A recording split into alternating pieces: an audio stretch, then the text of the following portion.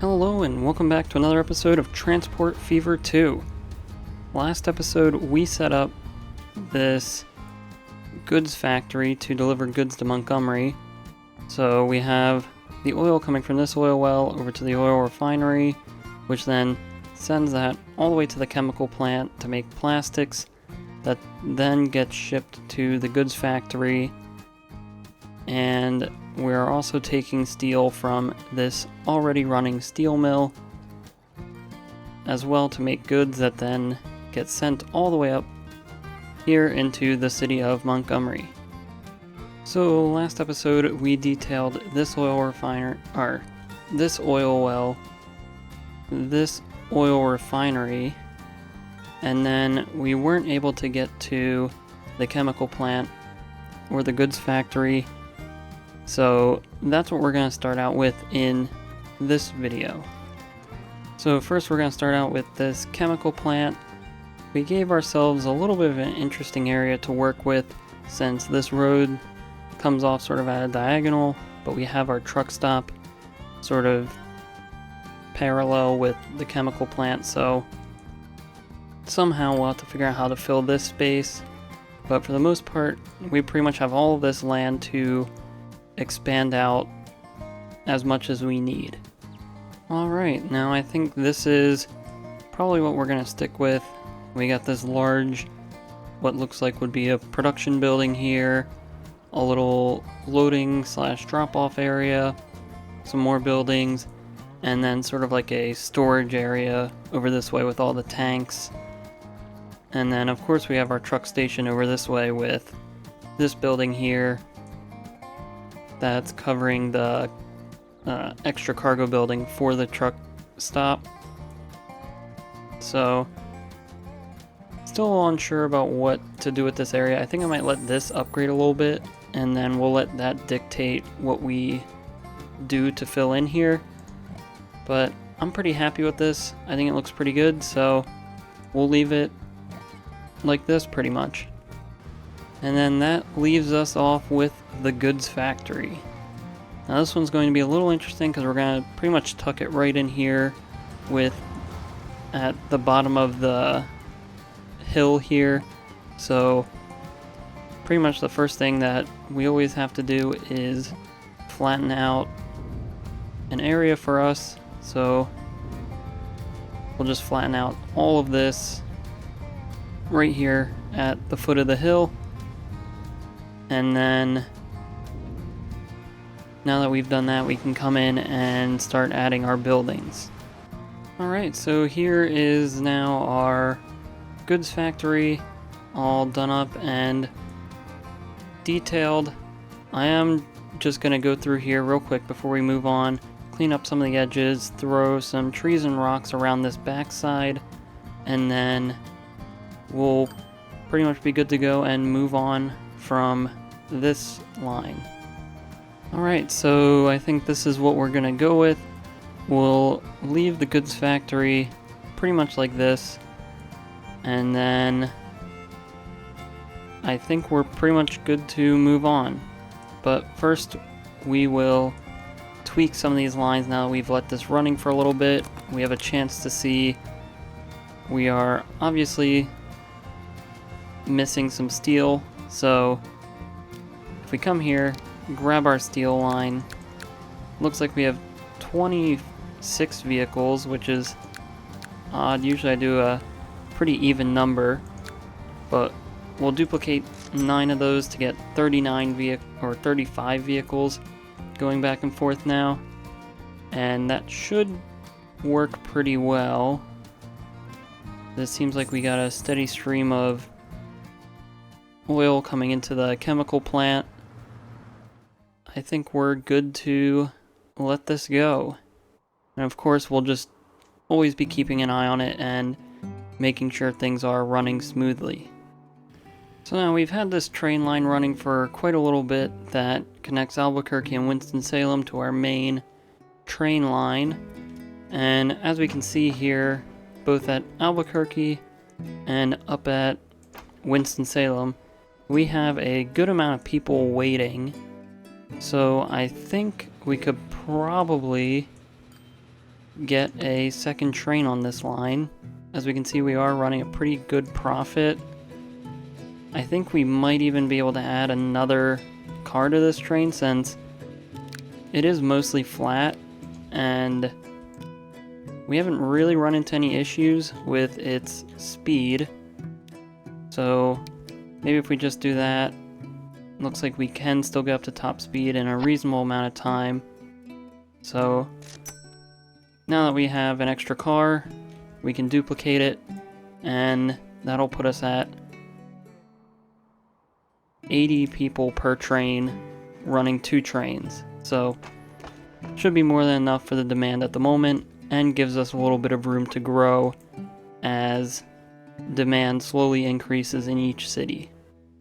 So much similar to what we did over here in Winston-Salem, I think I want to come over to this train station and add some buildings right around the train station that would make it seem like it's meant to be here. So some hotels, restaurants, commercial buildings that would sort of feed the tourism in this train station when people come from across the map to visit these cities.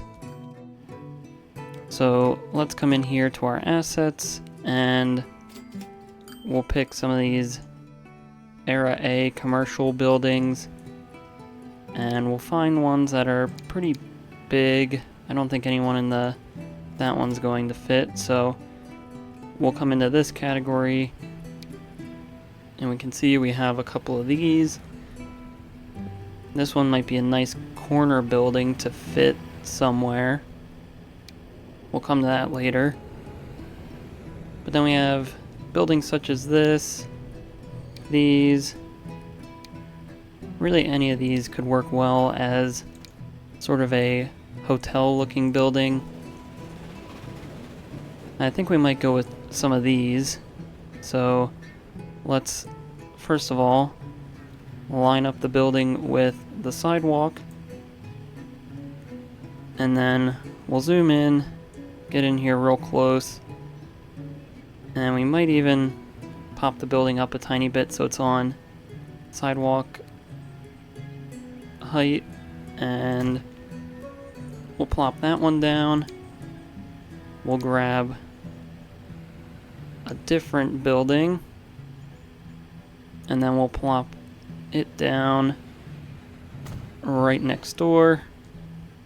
Actually, we might give it just a little bit of space in between each one so that the windows have somewhat of a view. And then we'll just get one more probably to plop down right at the corner here. So I think these look good for sort of hotel buildings. And then over here I think is where we'll get some restaurants and other buildings. So if we can find that one corner building that we had before, this one I think could look quite nice if we somehow line it up. Maybe we'll pull this back from the sidewalk. Maybe do something like that.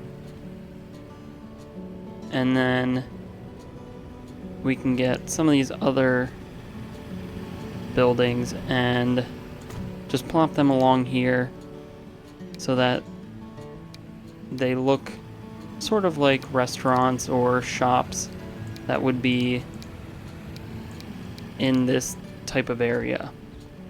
So now we got these placed down, let's get some signs to put on them.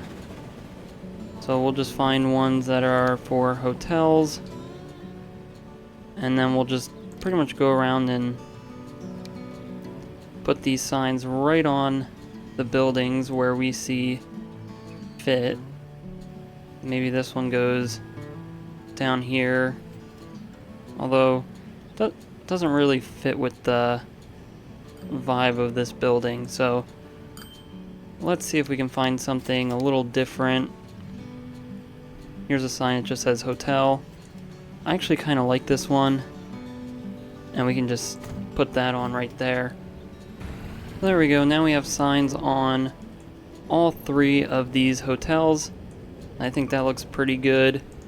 And what we'll do here is, I think we'll sort of paint in a parking lot right between these buildings so that it just gives it a little bit more life when we come through. And first I think we need to flatten the terrain. So now that that's flattened, we can come in here, grab some of these parking spaces,